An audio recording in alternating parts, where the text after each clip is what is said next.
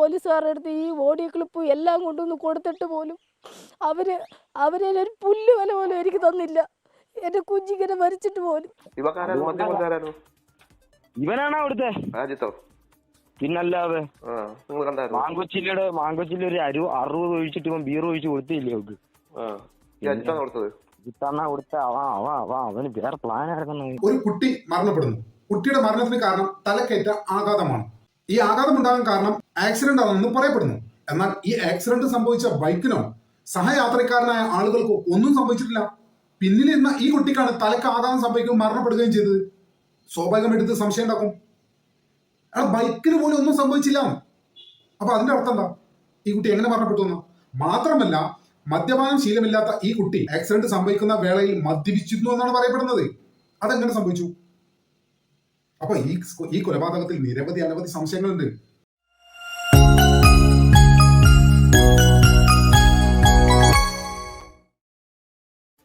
Breaking.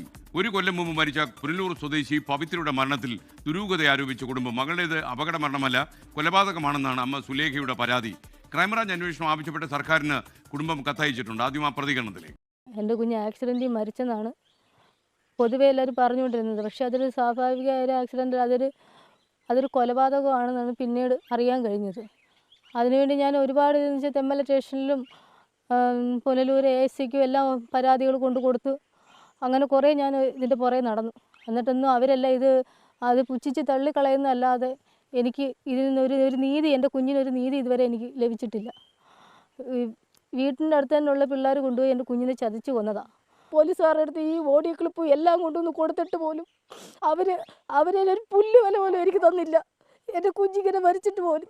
ഇപ്പോഴിരിക്കുന്ന ഭരണത്തിലിരിക്കുന്ന മുഖ്യമന്ത്രി, ആഭ്യന്തര വകുപ്പ് ആരാന്ന് വെച്ചാൽ എന്നെ സഹായിച്ച് ഈ കേസ് എങ്ങനെയെങ്കിലും ഇത് വെളിച്ചത്ത് കൊണ്ടുവരണം. ഇതെന്താ സംഭവം എന്നറിയാം? കൊല്ലം പുനലൂരിൽ 2025 ഒരു കുട്ടി മരണപ്പെട്ടു. പവിത്ര എന്നായിരുന്നു ആ കുട്ടിയുടെ പേര്. ഈ കുട്ടി മരണപ്പെട്ടത് ഒരു ആക്സിഡന്റിലാണ്. ആക്സിഡന്റ് എന്ന് പറഞ്ഞാൽ ഈ കുട്ടി മരിക്കുന്ന സമയത്ത് ഈ കുട്ടിയുടെ മാതാവ്, ഇപ്പൊ നമ്മൾ സംസാരിച്ച ഈ കുട്ടിയുടെ മാതാവ് കുവൈറ്റിലായിരുന്നു, നാട്ടിലില്ലായിരുന്നു. അവര് വിദേശത്ത് ജോലിക്ക് പോയതായിരുന്നു. എന്തായാലും കുട്ടിയുടെ മരണവാർത്ത അറിഞ്ഞ് ഇങ്ങനെ കുട്ടിക്ക് ഇങ്ങനെ ഒരു വലിയ സീരിയസ് ആയിട്ട് അപകടം പറ്റിയെന്ന് പറഞ്ഞിട്ട് ഈ ചേച്ചി നാട്ടിലേക്ക് വരുന്നുണ്ട്. എന്നാൽ അമ്മ നാട്ടിലെത്തിയ സമയത്ത് ഈ കുട്ടിക്ക് അമ്മയോട് സംസാരിക്കാൻ കഴിഞ്ഞിരുന്നില്ല. കാരണം 12-ാം തീയതിയോ, അതായത് ജൂൺ 12-ാം തീയതിയോ മറ്റോ അപകടം നടന്നിട്ടുണ്ട്. കുട്ടി മരണപ്പെടുന്നത് 18-ാം തീയതിയാണ്. ഏതായാലും ഒരു 15-ാം തീയതിയോടുകൂടി ഈ അമ്മ നാട്ടിലെത്തുന്നു. എന്തായാലും അബോധാവസ്ഥയിൽ കുട്ടിക്ക് അമ്മയോട് സംസാരിക്കാൻ കഴിഞ്ഞില്ല. പക്ഷെ അമ്മ നാട്ടിലെത്തുന്നതിന് മുമ്പ് ഏതോ ഒരു സാഹചര്യത്തിൽ, ബോധം വന്ന സാഹചര്യത്തിൽ ബന്ധുക്കളോട് ഈ കുട്ടി കൃത്യമായിട്ട് ഒരു കാര്യം പറയുന്നുണ്ട്. അതായത് ആക്സിഡന്റ് പറ്റി വളരെ സീരിയസ് ആയിട്ട് ഗുരുതരമായ ചികിത്സയ്ക്ക് വിധേയമായ ഈ കുട്ടി ഏതൊരു ഘട്ടത്തിൽ ബോധം വന്ന സമയത്ത് അതിന്റെ അടുത്ത് നിന്ന ബന്ധുക്കളോട് പറയുന്നുണ്ട്, എന്റെ തലക്ക് അടിച്ചതാണ്, ആക്സിഡന്റ് അല്ല എന്നുള്ളത്. അങ്ങനെ എന്തായാലും ജൂൺ 18 കൂടി ഈ കുട്ടി മരണപ്പെടുകയാണ്. നമ്മൾ പറഞ്ഞല്ലോ, ഈ കുട്ടി മരണപ്പെട്ടത് ബന്ധുവിനോടൊപ്പം ബൈക്കിൽ സഞ്ചരിച്ച് ബൈക്ക് ആക്സിഡന്റ് ആയി മരണപ്പെട്ടു എന്നാണ് പറയപ്പെട്ടത്. അങ്ങനെ ഇരിക്കെ ഈ കുട്ടി ഇത്തരം ഒരു സ്റ്റേറ്റ്മെന്റ് കൊടുത്തോടുകൂടി, അതായത് ഏതോ ഒരു അവസ്ഥയിൽ ബോധം വന്ന സമയത്ത് എന്റെ തലക്കടിച്ചതാണ്, അപകടമല്ല എന്ന് ഈ കുട്ടി പറഞ്ഞല്ലോ ബന്ധുക്കളോട്. ഒരു അപകട മരണമായതുകൊണ്ട് തന്നെ പിന്നീട് പോസ്റ്റ്മോർട്ടം ഉണ്ടായി. പോസ്റ്റ്മോർട്ടം റിപ്പോർട്ടിൽ പറയുന്നത് തലക്കേറ്റ ക്ഷതമാണ് മരണകാരണമെന്നാണ്. മാത്രമല്ല, മരിക്കുന്ന സമയത്ത് ഈ കുട്ടി മദ്യപിച്ചിരുന്നു എന്നുള്ള വിവരം പോസ്റ്റ്മോർട്ടം റിപ്പോർട്ടിൽ ഉണ്ടായിരുന്നു. സ്വാഭാവികമായിട്ടും ഈ അമ്മയ്ക്ക് ഇക്കാര്യത്തിൽ വലിയ സംശയങ്ങൾ അവിടെ മുതലാണ് ആരംഭിക്കുന്നത്. തന്റെ 18 വയസ്സുള്ള കുട്ടി മദ്യപിക്കുക, ആക്സിഡന്റ് സംഭവിച്ചു എന്ന് പറയുന്നു, ആക്സിഡന്റിലാണ് കുട്ടി മരണപ്പെട്ടത് എന്ന് പറയുന്നു, തലക്കേറ്റ ക്ഷതമാണ് മരണകാരണം എന്ന് പറയുന്നു. പക്ഷെ അങ്ങനെയൊക്കെയാണെങ്കിലും ആക്സിഡന്റ് സംഭവിച്ച വാഹനത്തിനോ കുട്ടിയുടെ സഹയാത്രക്കാരനായ ബന്ധുവിനോ യാതൊരു കേടുപാടുകളും ഈ ആക്സിഡന്റിനെ തുടർന്ന് സംഭവിച്ചിട്ടില്ല.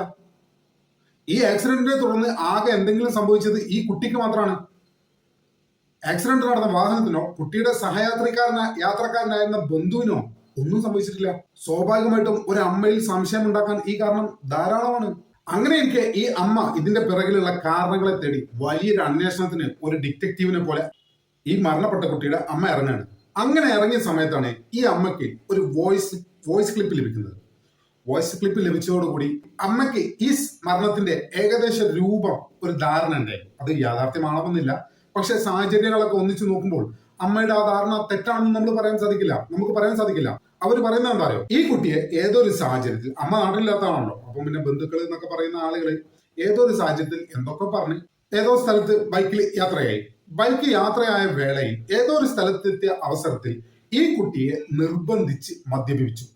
അതിനുശേഷം ഈ കുട്ടിയെ ഏതൊക്കെയോ രീതിയിലുള്ള ഒരു നിർബന്ധത്തിന്, എന്തൊക്കെയോ കാര്യങ്ങൾക്ക് വേണ്ടിയുള്ള ഒരു നിർബന്ധത്തിന് ഈ കുട്ടിക്ക് നിർബന്ധിച്ച് മദ്യം നൽകിയ ആള് ശ്രമിച്ചപ്പോൾ ഈ കുട്ടിയുടെ ഭാഗത്ത് നിന്ന് ഒരു ഡിഫൻസ് ഉണ്ടായ സമയത്ത് അയാളെ കയ്യിൽ കിട്ടിയ എന്തോ എടുത്തിട്ട് ഈ കുട്ടിയുടെ തലക്കടിച്ചു. മർദ്ദനമേറ്റ് അവശയായ ഈ കുട്ടിയെ, തന്റെ മർദ്ദനം കാരണമല്ല ഈ കുട്ടിക്ക് ഇത്തരത്തിലൊരു അവശയായതെന്നും ഏതെങ്കിലും സാഹചര്യത്തിൽ അവൾ മരണപ്പെട്ടാൽ അത് തന്റെ മർദ്ദനം കാരണമല്ല, മറിച്ച് ആക്സിഡന്റിനെ തുടർന്നാണെന്ന് വരുത്തി തീർക്കാൻ വേണ്ടിയിട്ട് ഈ കുട്ടിയെ വാഹനത്തിൽ കൊണ്ടുപോയ ആള് ഈ കുട്ടിയെ അദ്ദേഹത്തിന്റെ വാഹനത്തിന്റെ പിന്നിൽ തന്നെ എത്തിയിട്ട് മനഃപൂർവ്വം ഒരു ആക്സിഡന്റ് ഉണ്ടാക്കിയെന്നാണ് പറയുന്നത്.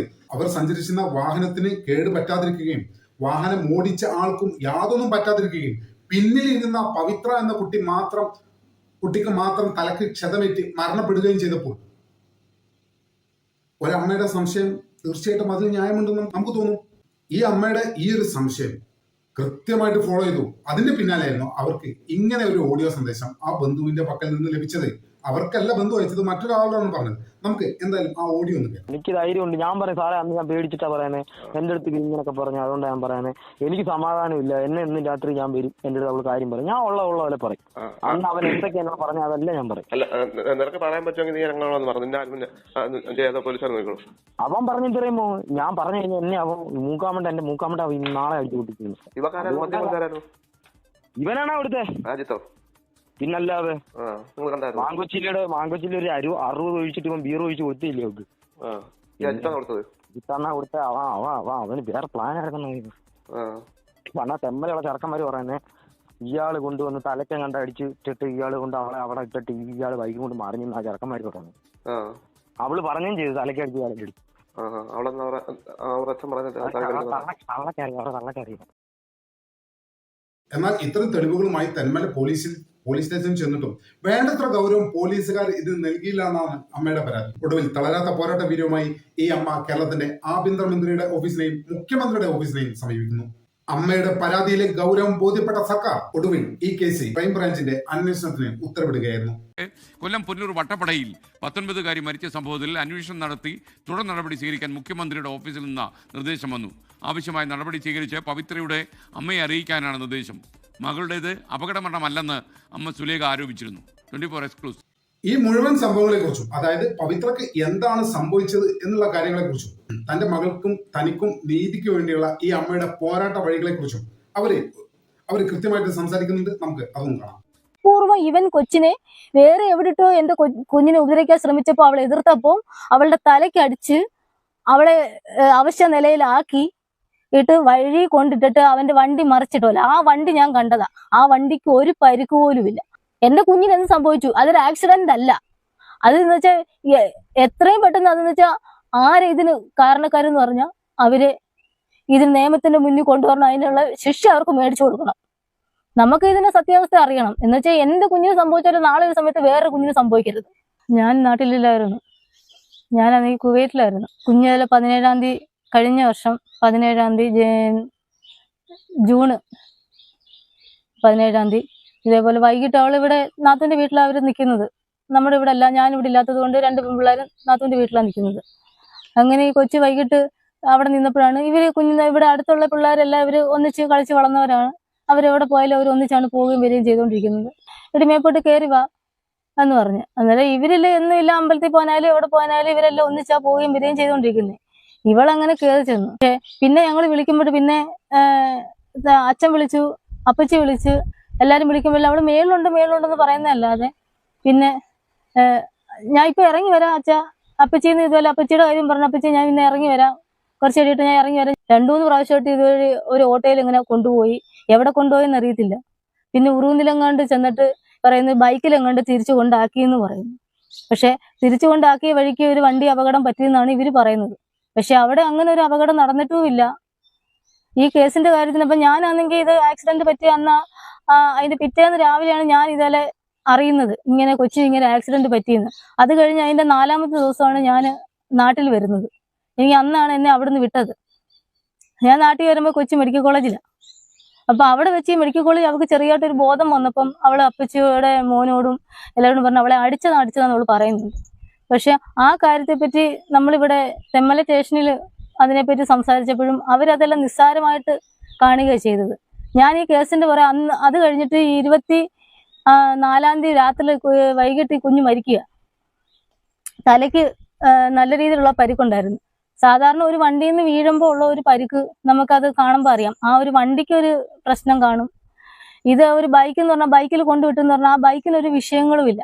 ഇപ്പം ഞാൻ അതിനു വേണ്ടി കേസിന് വേണ്ടി ഞാൻ ഒരുപാട് അടുത്ത് ഞാൻ ഇറങ്ങി, തെമ്മല സ്റ്റേഷനിൽ തന്നെ ഒരുപാട് തവണ ഞാൻ കയറി ഇറങ്ങി. അപ്പോഴെല്ലാം ഇവർ വന്ന് ഈ പോലീസുകാർ വന്ന് അവരുടെ ഒരു പ്രതി എന്നുള്ള ഇത് വെച്ച് അവരുടെ സ്ഥാനത്ത് നിന്ന് നമ്മളെയാണ് അവർ ഷൗട്ട് ചെയ്ത് സംസാരിക്കുന്നത്.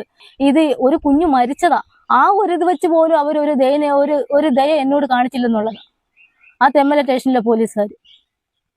എന്നിട്ട് പോലും ഞാൻ അവരുടെ അടുത്ത് പറഞ്ഞു, ഇതുപോലെ അവളുടെ ഫോൺ നമ്മുടെ കയ്യിലുണ്ട്, അതിലെങ്കിലും വിളിച്ചവരുടെയും തെളിവുകളുടെയും കാര്യങ്ങൾ അറിയാൻ പറ്റുമല്ലോ, അങ്ങനെങ്കിലും ഒന്ന് നിങ്ങളൊന്ന് ശ്രമിച്ചു നോക്കുമെന്ന് പറഞ്ഞിട്ട് പോലും അവർ പറയുക ഇത് വണ്ടിയിൽ നിന്ന് വീണതന്നെ. ഇപ്പൊ ഈ പോസ്റ്റ്മോർട്ടം റിപ്പോർട്ടിലാണെങ്കിൽ തലയ്ക്ക് ഉണ്ടായ മുറിവുമൂലമുള്ള മരണമെന്നാണ് പോസ്റ്റ്മോർട്ടം റിപ്പോർട്ടിൽ വന്നത്. അപ്പോൾ അത് അങ്ങനെ ഒരു ഡോക്ടർക്ക് എഴുതാൻ പറ്റത്തുള്ളൂ എന്നാണ് ഈ തെമ്മല സ്റ്റേഷനിലെ പോലീസുകാർ പറഞ്ഞത്. ശരിയായിരിക്കാം. പിന്നെ ഇത് എങ്ങനെ മുറിവ് പറ്റിയെന്ന് പോലീസാണ് കണ്ടുപിടിക്കേണ്ടത്. ഞാൻ പറഞ്ഞെങ്കിൽ പിന്നെ കണ്ടുപിടിക്കാത്ത എന്ത്? അങ്ങനെ ഒരു സ്ഥലത്ത് അവിടെ ഒരു ആക്സിഡന്റ് നടന്നിട്ടില്ല. അങ്ങനെ അവിടെ ഒരു ബൈക്ക് ആക്സിഡന്റ് ഇത് മനഃപൂർവ്വം ഇവൻ കൊച്ചിനെ വേറെ എവിടിട്ടോ എന്റെ കുഞ്ഞിനെ ഉപദ്രവിക്കാൻ ശ്രമിച്ചപ്പോൾ അവളെ എതിർത്തപ്പോൾ അവളുടെ തലയ്ക്കടിച്ച് അവളെ അവശ്യ നിലയിലാക്കി ഇട്ട് വഴി കൊണ്ടിട്ടിട്ട് അവന്റെ വണ്ടി മറിച്ചിട്ടല്ല. ആ വണ്ടി ഞാൻ കണ്ടതാ. ആ വണ്ടിക്ക് ഒരു പരിക്ക് പോലും ഇല്ല. അത് കഴിഞ്ഞിട്ട് ഞാൻ തെമ്മല സ്റ്റേഷനിലെ അത് പറ്റത്തില്ലെന്ന് ഞാൻ മുഖ്യമന്ത്രിക്ക് കഴിഞ്ഞ ഇതിലുള്ള മുഖ്യമന്ത്രിക്ക് ഞാൻ കൊടുത്തിട്ടുണ്ടായിരുന്നു. അപ്പൊ ആ പരാതി കൊടുത്തത് ഇത് തിരിച്ച് പിന്നെ പറഞ്ഞു വീണ്ടും തെമ്മല സ്റ്റേഷനിലാണ് ആ കേസ് വരുന്നത്.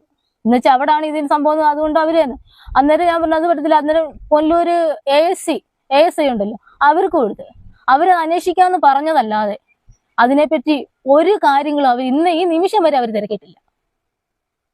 അത് കഴിഞ്ഞാണ് ഞാൻ ഗതികെട്ട് പിന്നെ ഞാൻ ഈ ഹൈക്കോടതിയിൽ ഞാൻ ഇല്ലാത്ത പൈസ ഞാൻ ഉണ്ടാക്കി ഞാൻ ഹൈക്കോടതിക്ക് ഞാൻ കേസ് കൊടുത്തത്. ഇപ്പോഴാ കേസ് നടക്കുന്നുണ്ടെന്ന് പറയുന്നത്. എന്ന് വെച്ചാൽ നല്ല സാർ നല്ലതാണ്, അതുകൊണ്ട് അത് നല്ല രീതി നടക്കുന്നുണ്ട് എന്ന് പറയാം. പക്ഷെ എന്നാലും നമുക്ക് ഇതിന്റെ സത്യാവസ്ഥ അറിയണം. എന്ന് വെച്ചാൽ എന്റെ കുഞ്ഞിന് സംഭവിച്ചാലും നാളെ ഒരു സമയത്ത് വേറൊരു കുഞ്ഞിന് സംഭവിക്കരുത്. എനിക്കതേയുള്ളൂ. എന്തായാലും ഞാൻ ഇവിടുന്ന് ഈ വീടും പരിസരം കാണുമ്പോഴാണ് വെച്ചാൽ ഞാൻ ഇവിടുന്ന് കഷ്ടപ്പെടാൻ എന്റെ മക്കളെ രക്ഷപ്പെടുത്താനും എനിക്ക് നല്ലൊരു വീട് വെക്കാനും എന്റെ കുഞ്ഞുങ്ങളെ പഠിത്തത്തിനും രക്ഷപ്പെടാനും വേണ്ടിയാണ് ഞാൻ വല്ല രാജ്യത്തും ഞാൻ പോയി കഷ്ടപ്പെടാൻ പോയത്. പക്ഷെ ഇനി ആരും എന്താ പറഞ്ഞാൽ എനിക്ക് സത്യം അറിയണം. എന്റെ കുഞ്ഞിന് എന്ത് സംഭവിച്ചു? അതൊരു ആക്സിഡന്റ് അല്ല. അതെന്ന് വെച്ചാൽ എത്രയും പെട്ടെന്ന് അതെന്ന് വെച്ചാൽ ഇതിന് കാരണക്കാരെന്ന് പറഞ്ഞാൽ അവര് ഇതിന് നിയമത്തിന്റെ മുന്നിൽ കൊണ്ടുവരണം. അതിനുള്ള ശിക്ഷ അവർക്ക് മേടിച്ചു കൊടുക്കണം. എന്തായാലും നിലവിലെ സാഹചര്യത്തിൽ ക്രൈംബ്രാഞ്ചിന്റെ അന്വേഷണത്തിനായിട്ട് സർക്കാർ ശുപാർശ ചെയ്തിട്ടുണ്ട്, ഓർഡർ ഇട്ടിട്ടുണ്ട്. തീർച്ചയായിട്ടും ഒരു അമ്മയുടെ പോരാട്ടത്തിന്റെ, വർഷങ്ങളായിട്ടുള്ള പോരാട്ടത്തിന്റെ വലിയ വിജയം തന്നെയാണ്. വ്യക്തിപരമായിട്ട് നമ്മൾ നിരീക്ഷിക്കുമ്പോൾ എന്റെ സംശയം അങ്ങനെ തന്നെയാണ്. കാരണം ഒരു കുട്ടി മരണപ്പെടുന്നു. കുട്ടിയുടെ മരണത്തിന് കാരണം തലക്കേറ്റ ആഘാതമാണ്. ഈ ആഘാതം ഉണ്ടാകാൻ കാരണം ആക്സിഡന്റ് ആണെന്ന് പറയപ്പെടുന്നു. എന്നാൽ ഈ ആക്സിഡന്റ് സംഭവിച്ച ബൈക്കിനോ സഹയാത്രക്കാരനായ ആളുകൾക്കോ ഒന്നും സംഭവിച്ചിട്ടില്ല. പിന്നിലിരുന്ന ഈ കുട്ടിക്കാണ് തലക്ക് ആഘാതം സംഭവിക്കുകയും മരണപ്പെടുകയും ചെയ്തത്. സ്വാഭാവികമായിട്ട് സംശയം ഉണ്ടാക്കും, ബൈക്കിന് പോലും ഒന്നും സംഭവിച്ചില്ല. അപ്പൊ അതിന്റെ അർത്ഥം എന്താ? ഈ കുട്ടി എങ്ങനെ മരണപ്പെട്ടു എന്ന്? മാത്രമല്ല, മദ്യപാനം ശീലമില്ലാത്ത ഈ കുട്ടി ആക്സിഡന്റ് സംഭവിക്കുന്ന വേളയിൽ മദ്യപിച്ചിരുന്നു എന്നാണ് പറയപ്പെടുന്നത്. അതെങ്ങനെ സംഭവിച്ചു? അപ്പൊ ഈ കൊലപാതകത്തിൽ അനവധി സംശയങ്ങളുണ്ട്. ആ കുട്ടിക്ക് നീതി കിട്ടണം. ആ കുട്ടിയുടെ അമ്മയുടെ ഈ പോരാട്ടത്തിനും നീതി കിട്ടണം. എന്തായാലും അന്വേഷണത്തിന്, ക്രൈംബ്രാഞ്ചിന്റെ അന്വേഷണത്തിന് ഉത്തരവിട്ട സർക്കാരിനെ അഭിനന്ദിക്കാതിരിക്കാൻ വയ്യ. ആ അമ്മയുടെ കണ്ണീര് സർക്കാർ കണ്ടു. വളരെയധികം സന്തോഷം. കുറ്റവാളികൾ എത്ര സ്വാധീനമുള്ളവരാണെങ്കിലും അവരെ നിയമത്തിന് മുന്നിൽ കൊണ്ടുവന്നേ പറ്റൂ. പവിത്രക്കും അവരുടെ അമ്മയോടും ക്രൈംബ്രാഞ്ചിന് നീതി ചെയ്യാൻ സാധിക്കുമെന്ന് നമുക്ക് ഉറച്ചു തന്നെ വിശ്വസിക്കാം. മരണപ്പെട്ട പവിത്രക്കും അവരുടെ അമ്മയുടെ കണ്ണീരിനും വിലയുണ്ട്. വില ഉണ്ടാവണം, വില ഉണ്ടായേ തീരൂ. ഇതിന്റെ സത്യാവസ്ഥ പുറത്തു വരണം. അത്രേ നമ്മളും ആഗ്രഹിക്കുന്നുള്ളൂ. നമ്മുടെ ചാനൽ ഇതുവരെ സബ്സ്ക്രൈബ് ചെയ്യാത്ത ആളുകൾ ഇപ്പോൾ തന്നെ സബ്സ്ക്രൈബ് ചെയ്ത് പിന്തുണ നൽകുന്നത് വളരെ വിനീതമായി അഭ്യർത്ഥിക്കുന്നു. മറ്റൊരു വീഡിയോ ഒട്ടും വേഗം തന്നെ കാണാമെന്ന പ്രതീക്ഷയോടെ ഇവിടെ പറയുന്നു.